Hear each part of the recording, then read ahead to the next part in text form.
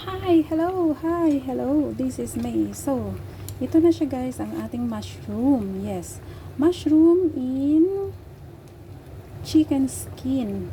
So, I added our oyster in here.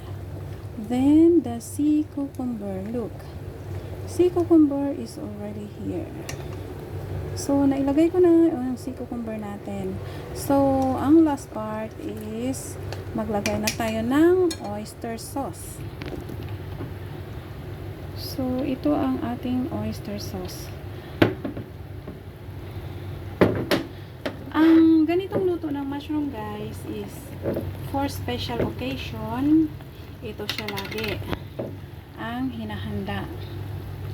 Tuwing birthday, Chinese New Year, Mooncake Festival, basta may mga special occasion guys ang Chinese.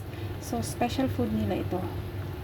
But today, kahit hindi special, dahil nga may bisita kami, so, nagluto ako ng mushroom with sea cucumber and oyster. So, ayan na siya.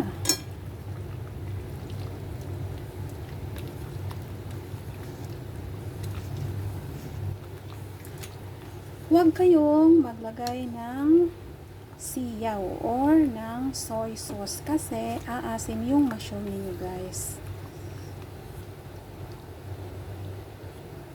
Okay, there you go. So, simmer natin until mag-thicken ang sauce. O, diba? Ang bilis lang guys. Then, serve kapag dinner na.